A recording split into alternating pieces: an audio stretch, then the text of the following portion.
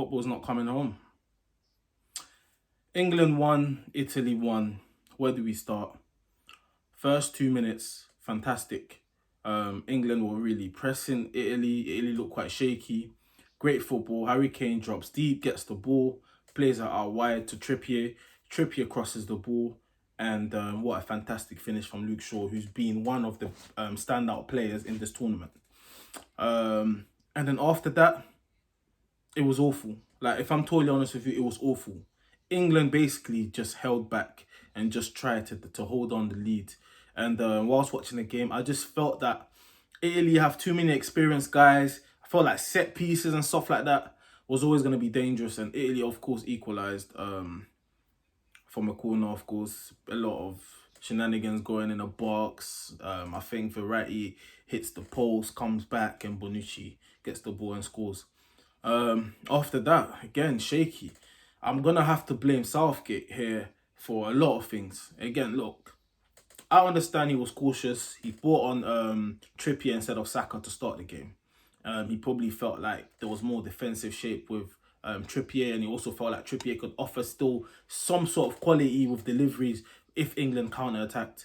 But my guy, like, Italy has retirement ballers in defense, yeah? And I'm not saying it in a bad way, because those two old defenders are still two world-class defenders. But the reality is they are old. One's 34 and one's 36.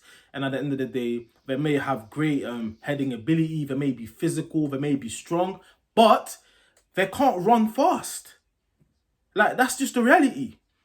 And if Southgate was more positive, you know, if he brought on Grealish earlier for Mason Mount, and if he brought on Sancho or Saka much more earlier for Trippier, I felt like the game could have been taken to Italy. And the guy decides to keep the same players throughout the game. Like, yes, he brought on Grealish, and even when he brought on Grealish, you can see the last 20 minutes, England had more momentum, pressed on Italy, and England looked more dangerous. And then after, towards the end, you can see both were, like, Italy, in fact, towards the end, were the ones trying to score the winner. Now we're going extra time. You've got Sancho on the bench. You have Foden on the bench. You have Rashford on the bench. Italy's granddads in defence are tired. They are shattered. Italy have lost their best player. They lost Chiesa. They also lost Verratti, who came off, you know, I think came off in extra time. Bring on the big guns. You're bringing on Sancho and Rashford to take penalties. Both guys fast, talented, direct. I'm blaming Southgate. Look, throughout the whole tournament, he changed a lot of people's opinions because he gave them the results. But you can see in the first couple of games, people were not happy with his style of play. He managed to go with that style of play throughout the whole tournament. England done well, they beat Germany, everything. So I feel like after they beat Germany, everyone now adopted Southgate as the guy now. But I always felt like, what would happen if Southgate was to lose a game with this style of play? Because it's really risky. When you've got so much talent on the bench, but instead you decide to play a lot of defensive players, and then you're relying on Sterling and Kane and Mount to make something happen. Now, for Harry Kane, in the first half, well, he did brilliantly in terms of winning a lot of free kicks, dropping deep and playing passes. But I was saying before, this is not what I want for my striker. I want my striker in the box. And tell me if I'm wrong. I don't think Harry Kane had one attempt on goal in 130 minutes.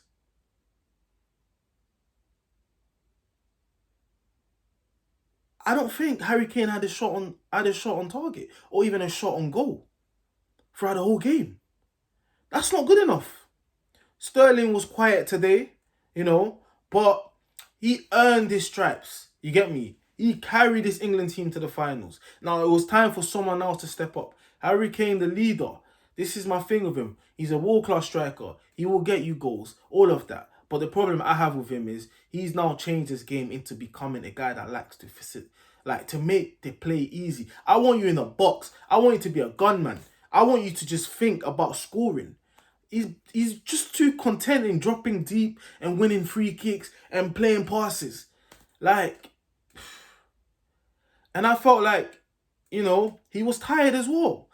Rashford, pace. Sancho, pace. Bukayo Saka, pace. Foden, technique, pace. But instead, I don't know. I don't know what's going on. Listen, at the end of the day, I didn't want to talk too much about the England games throughout the whole tournament because, like I said, I had this thing where I was proud of them, but part of me was still upset because I felt like England had another gear. I felt like England had more talent sitting on that bench. I felt like he never explored the talent. A guy like Sancho that gives you 18 goals, 20 assists every single season, barely played. Foden started the first game, and we all know what happened with the COVID situation where him and Mount, you get me, couldn't play. But he never got back into the team. He got a few minutes now and there.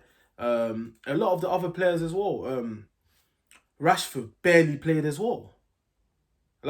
It's like in Southgate's head, it's like, I'm going to start my defensive shape, and Kane, of course, is 100% starting. Sterling, of course, is 100% starting. Mount is 100% starting.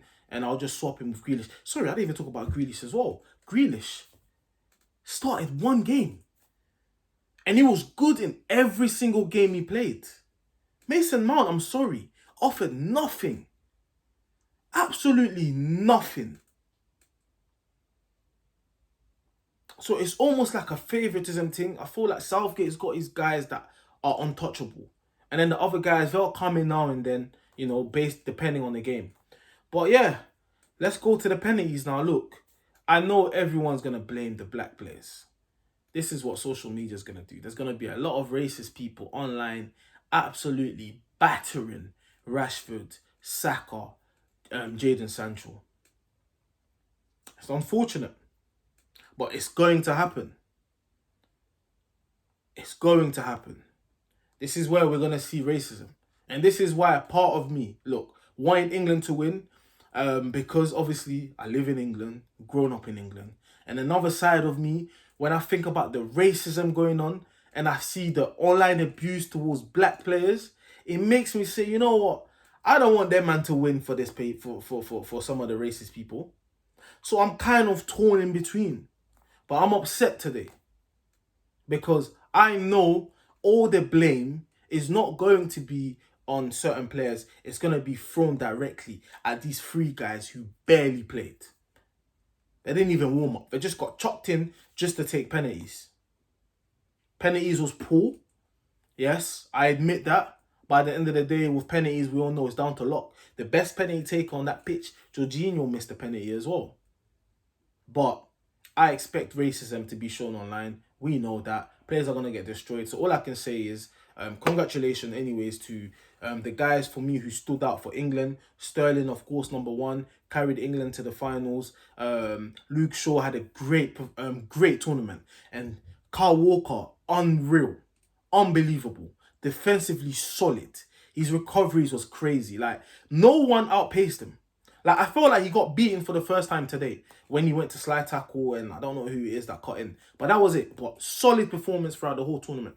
Harry Maguire came back into the team, solid. John Stones done his thing. The two guys in the middle, Calvin Phillips and Rice, good partnership, done well. I didn't feel like we needed both of them in a lot of the games. I felt like we could have had one sitting and allowed more attacking players on the pitch, but that had a good tournament as well.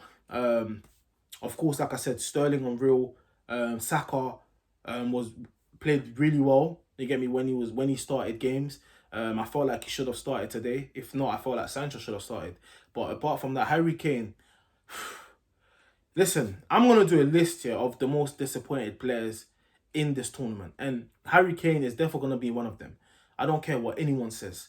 Yes, he scored 4 goals, but let's just highlight his whole tournament. He was poor in the whole group stage. Yes, it started to score in certain games. He had games where even when he scored his first goal, he was poor in that game as well. and all the other goals that he scored. Of course, good finishes, simple finishes, nice crosses from Shaw, assists from Sterling. Obviously, the in the semi-finals, we saw he missed a penalty and then scored a rebound. Today, again, like I said, he was really good in terms of hold-up play in the first half, but and winning free kicks and playing long balls and all that. But overall, poor tournament. Poor tournament. Wasn't really leading the team. You know, he hasn't got that personality that the Lewandowskis have, like that the Ireland has, the personality that a lot of the top strikers, and he is a top striker, but I feel like his personality is not like the Benzemas, you know, people like that. Now people will say, but he got to the finals. But let's look at the overall picture here. Yeah, Lewandowski plays for Poland. Poland's nowhere near the team that England is. And let's be realistic again, without Sterling, England wouldn't have got as far as they did. England had the advantage of playing, I feel like, how many games? Most games that they played were at home throughout the whole tournament. So they've had everything set up for them beautifully. Final at Wembley, all of the fans were there. Majority of the fans there were England's fans. So everything was set up beautifully for England to win. For me, it's not coming home. Disappointed. But I know.